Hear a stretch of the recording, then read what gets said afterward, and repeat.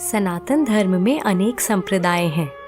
इन संप्रदायों की बात करने से पहले संक्षेप में जानते हैं धर्म क्या है। धर्म का वास्तविक अर्थ है दायित्व या भगवान द्वारा बताए गए नियमों का पालन करना।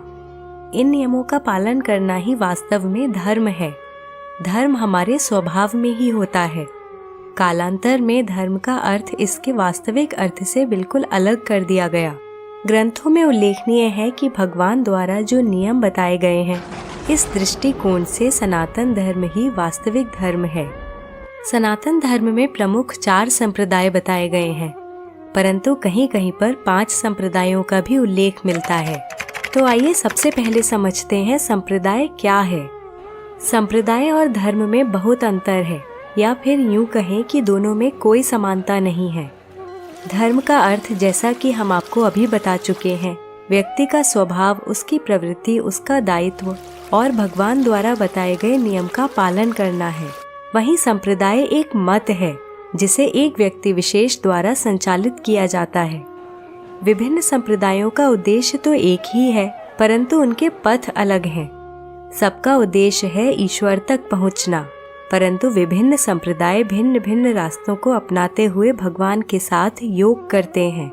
दोस्तों, यहाँ हम केवल सनातन धर्म के संप्रदायों की बात कर रहे हैं।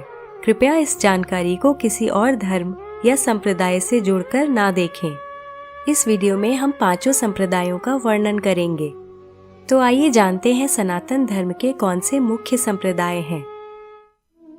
वैष्णव संप्रदाय। भगवान विष्णु की आराधना करने वाले भक्त वैष्णव संप्रदाय का अनुसरण करते हैं। शास्त्रों में भगवान विष्णु के कुल 24 अवतार बताए गए हैं, जिनमें मुख्य अवतार 10 हैं, जिन्हें दशावतार भी कहा जाता है। ये दशावतार इस प्रकार हैं: मत्स्य, कच्छप, वराह, नरसिंह, वामन, परशुराम, राम, कृष्ण, बुद्ध और कल्कि। सनातन धर्म की पुस्तकों जैसे ईश्वर संहिता, विष्णु संहिता, महाभारत, विष्णु पुराण, रामायण और वेदों में ऋग्वेद में वैष्णव विचारधारा का वर्णन मिलता है। वैष्णव संप्रदाय के अंतर्गत 4 संप्रदाय हैं, जिनके नाम क्रमशः श्री संप्रदाय, ब्रह्म संप्रदाय, रुद्र संप्रदाय और कुमार संप्रदाय हैं। इनके अतिरिक्त इस संप्रदाय के बहुत से उप संप्रदाय भी हैं, जैसे सखी, वैरागी, राधा वल्लभ, गौड़िये, रामानंद, दास आदि। वैष्णव मुख्यतः श्री राम और कृष्ण की आराधना करते हैं। इस संप्रदाय के प्रमुख तीर्थ स्थल जगन्नाथपुरी, श्रीनाथ जी, खाटू श्याम जी, बद्रीनाथ, द्वारका, तिरुपति बालाजी, मथुरा और अयोध्या हैं। शैव संप्रदाय। महादेव शिव की आराधना और उन्हें ही परमपिता मानने वाले भक्त शैव संप्रदाय का अनुसरण करते हैं। इस संप्रदाय में आत्मशुद्धि के लिए अनुष्ठान किया जाता है। उल्लेखनीय है कि 12 रुद्रों में प्रमुख रुद्र ही शंकर, महादेव, शिव और भोलेनाथ आदि नामों से जाने गए। मान्यता है कि महादेव अपनी अर्धांगिनी मां पार्वती के साथ कैलाश पर्वत पर विराजमान हैं।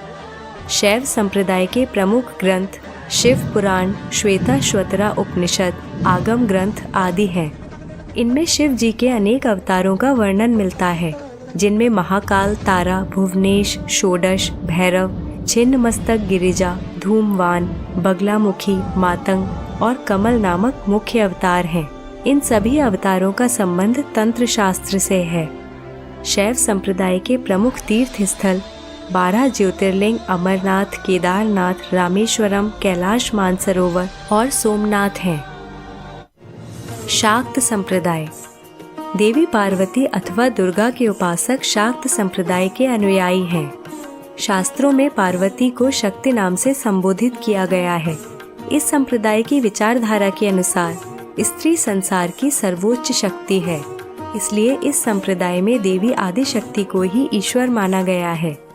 ऐसा माना जाता है कि संसार में जहाँ सृजन की शक्ति है, वहाँ प्रकृति है, इसलिए देवी को प्रकृति कहा गया है।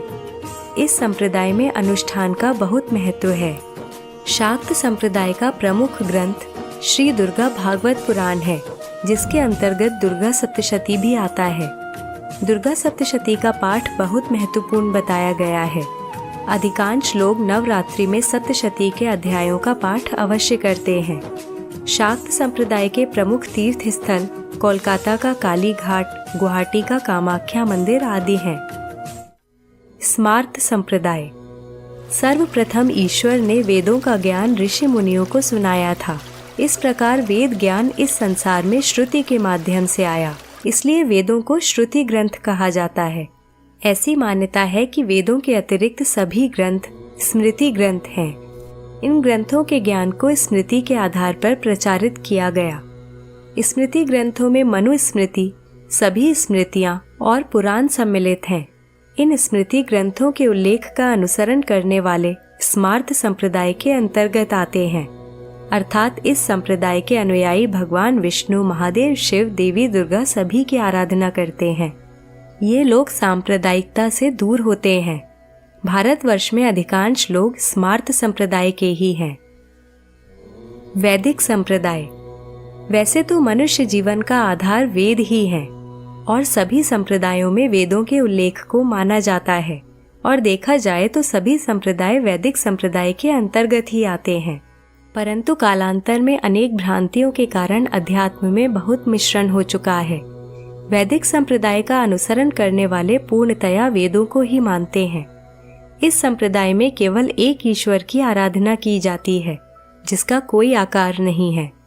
कबीर, जिन्होंने अपने दोहों के माध्यम से लोगों के विचारों को जागृत किया, वैदिक संप्रदाय का ही अनुसरण करते थे। गुरु गोविंद दो खड़े काके लागू पाय, बलिहारी गुरु आपने गोविंद दियो बताए, कबीरा गोविंद दियो बताए। और दोस्तों, इस प्रकार सनातन धर्म के लोग भिन्न भिन्न संप्रदायों का अनुसरण करते हैं, परंतु सबका उद्देश्य केवल आत्मज्ञान की खोज करना और मोक्ष की ओर अग्रसर होना है। आशा करती हूँ आपको यह कड़ी पसंद आई। हम जल्दी लौटेंगे एक नई जानकारी के साथ। इस वीडियो को देखने के लिए आपका धन्यवाद।